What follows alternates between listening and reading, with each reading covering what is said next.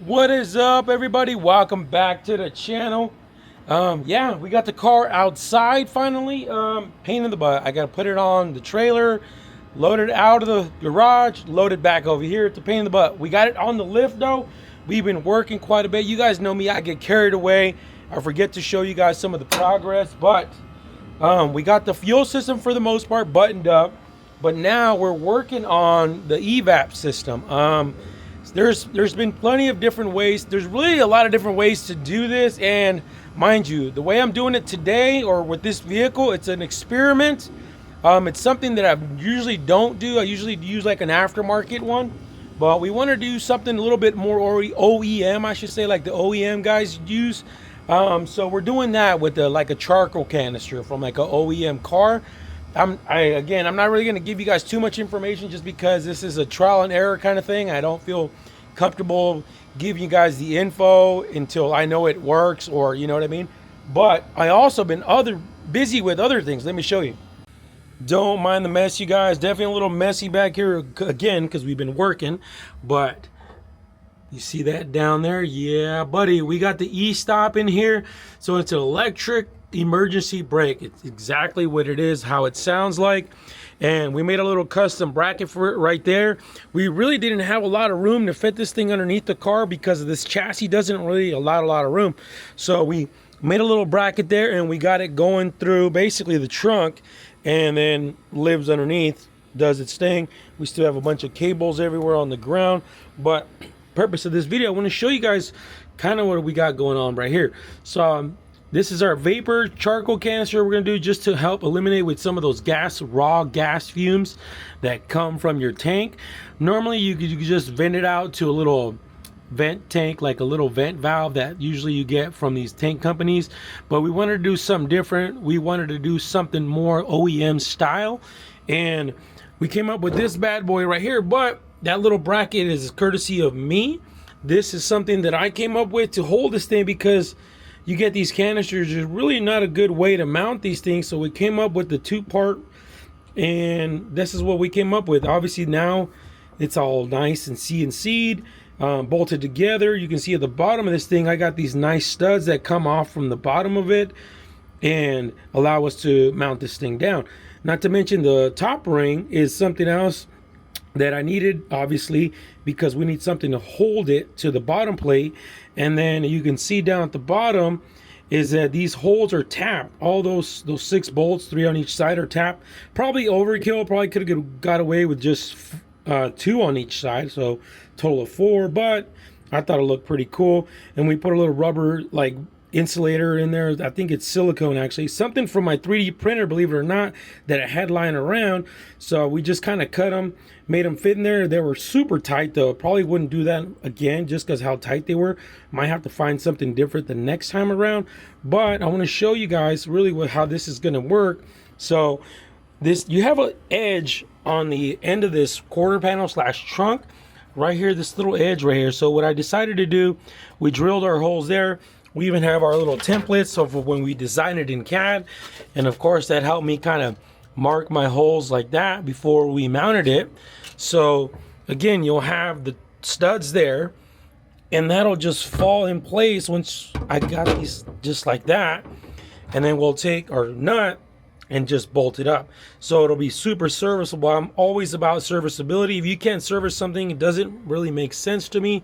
So again, you can just access it right here, and then on the back side here if you ever got to pull this thing off. But I'm gonna be working on trying to get these lines plumb. I gotta get them plumb, but kind of tricky because I've been messing around with the placement on this thing for a little bit now, and I needed to figure out where I was gonna put this thing. So I think this is the best spot. It's above the tank. That's the biggest thing. You always want to have it as high as possible above the tank, above the fuel, so all those vapors can get out. So what we're going to do is we're going to plumb these things down through here, through this quarter panel, and on the back side, let me show you. As soon as we can get this thing to go up, oh, look at poor Frankie, you guys. Frankenstein's back there. You poor bastard. We still don't got a motor for that thing. We've been so busy working on everything else, but let me show you what's going on down here. You can see the mess I got down here from the e-brake. The e-brake system, we had to cut to length. We had to order cables because they don't come with cables. This is basically all the excessive stuff.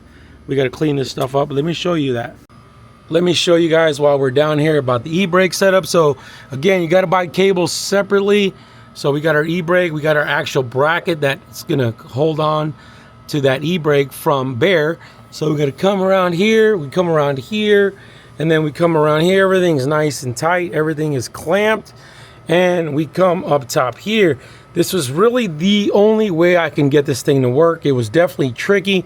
It was very, it was not time consuming, but it was time consuming because I had a lot of trial and error to try to figure out how to get this thing to work with this chassis. But you can see that's where it comes down there from the trunk side. And then we have our mounting bracket. Luckily this bar is here. So, but we had to do a lot of cutting, a lot of trial and error, because there's just really not a lot of room underneath the chassis to where I felt like that e-stops, basically that motor, I didn't want it hanging past the frame. That's the whole point for this chassis, is you don't want anything hanging below the frame if you don't have to. So again, it's super tricky, but I think that's gonna work just fine. But let's get to these lines. Let me show you what I'm thinking. So my idea is, again, you got that guy basically living right in this area right here. So what I'm gonna do is I'm gonna drill into the side of this guy right here, and we're gonna add a 90-degree basically bolt connector right here, and it will come out with the lines out of here. So we'll come out here and then bring them in towards the chassis, towards the fuel tank and everything else. So let me show you what fittings I'm going to end up using. So nothing fancy, just some brass fittings, you guys. It's actually really tricky to find the correct size fittings that are bulkhead with the nut on one side so we can use them as a pass-through. Obviously we got the smaller one for the smaller line, but again, we could have went AN, but it gets really expensive. These are not too bad. These are probably like maybe 15 bucks a piece. This one's another $15 or so, and plus a bunch of other little fittings that I'm still waiting on that we need on the inside. But again, I think this is what we're gonna end up using. Not to mention, once these hoses go on, you'll never see these, and these will live underneath the car. So we gotta save some money where we can. Not to mention, it's gonna work just like we want it. But let's start drilling.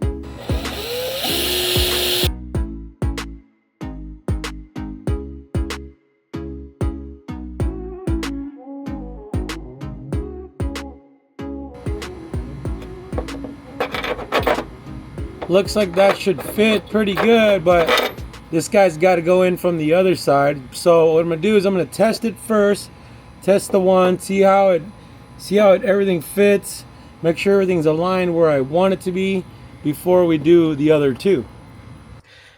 All right, you guys, so we got the fitting in there, and it's not exactly where I wanted it to be, but I mean, it's not a terrible thing, but we're just gonna have to adjust our hose routing. Originally, I thought this thing was I didn't realize how much room was in this quarter panel. So I thought this was actually fitting was gonna be closer to be like out here to where the actual inlet would be out here and then route directly to that can, but it literally lives right underneath this lip right here. So what we're gonna end up having to do is take that, turn it 90 degrees, and then have the hoses go that way up and over, and then connect to the actual vapor canister. But not a huge deal, but we'll just have to adjust our hose routing. But yeah, I think that's gonna work pretty good though. There definitely is a lot of room back here, tons of room. I was just afraid that we were actually gonna be closer to that quarter panel, but not a big deal. We'll drill out the other two holes and we'll keep moving. Before I lift the car up, but you can see, not too shabby. Once that hose goes on there, it'll look really clean. And then we'll probably get some RTV in there to kind of seal it up from the elements. I normally would probably put like a weather rubber gasket, but I don't have any right now, especially nothing that big. So we'll just use some RTV to seal it up from the elements to make sure there's no moisture or anything getting in there. But yeah, we'll drill the other hole, and then we'll drill one back there, maybe the smaller line back there, and drill the other big one next to it there.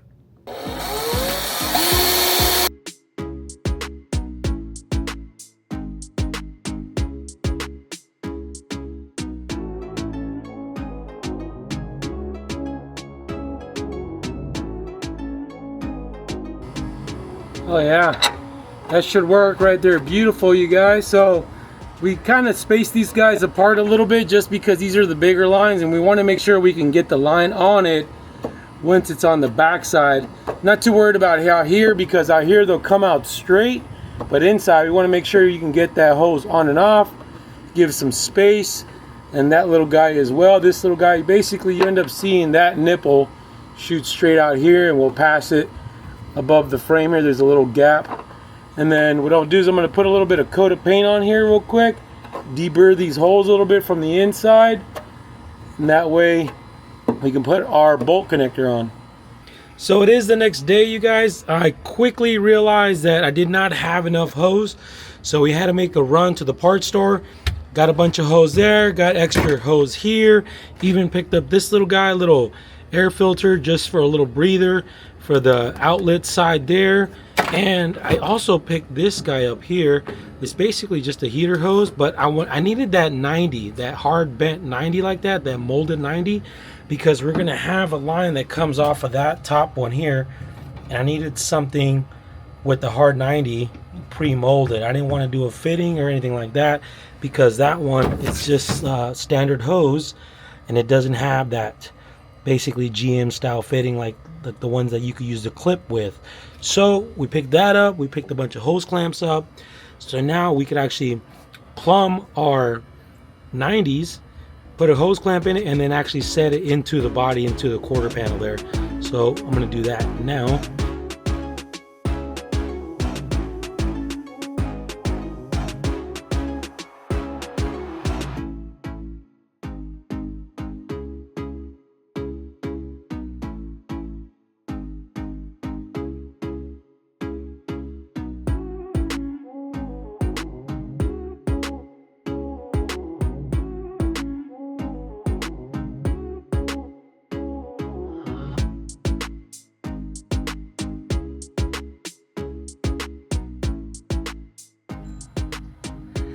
Damn, Gina. Yeah, I like that, you guys. That looks freaking sweet. That looks like it could have came with the car. I like it a lot. We got our lines rounded up a little bit. I should say routed. And then we got a couple ties down there to keep everything nice and straight. Little bit of a challenge. I'm not going to lie to you. Once we put those hoses in there, it was a little bit of a challenge to get the nuts on the bracket tightened up. But you definitely, the little guy here saved the day right here. That was the key. But now we can move on to the bottom side of the car and then finish the lines up down there.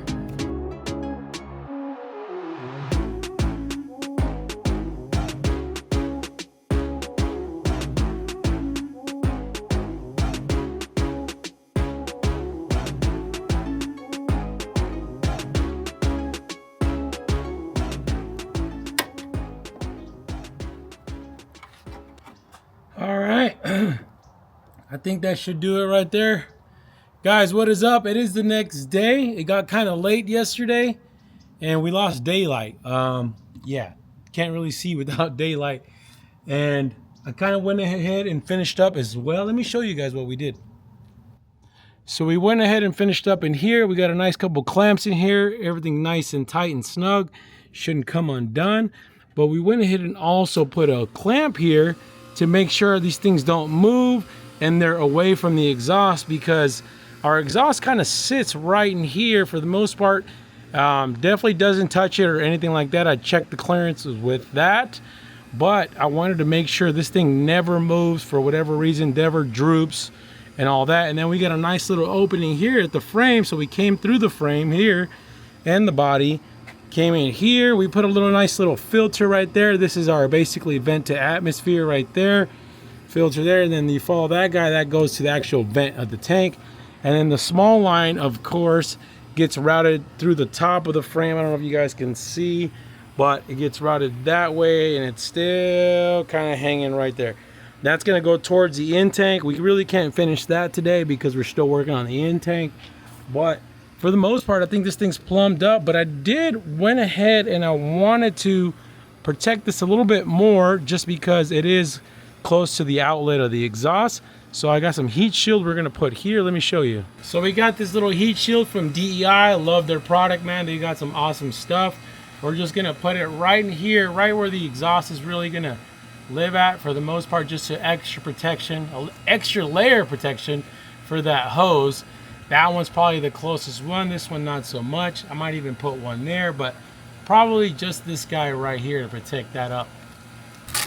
Nice thing about this stuff is that it's got the Velcro, and you can still wrap it around the hose or whatever you guys are going to be wrapping around, and you don't have to pull that hose off to slip it through. So we can just do that just like that. Check that out. Oh yeah, I like that a lot. That looks good. I like it. So right around in there, something like that. Let's see.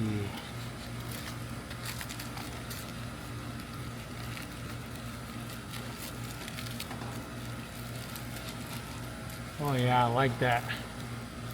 That's gonna work like a champ, you guys. I like it a lot. I don't know, I might even put one on this one, just why not, right? I like it, you guys. That should work like a champ. Like I said, I've already kind of test fitted my exhaust. As a matter of fact, let's do it while we're here. I'll show you guys real quick. Should live just like that. It's not going to go any higher than that, and definitely not even touching. Well, you guys, I think that's gonna do it for this video.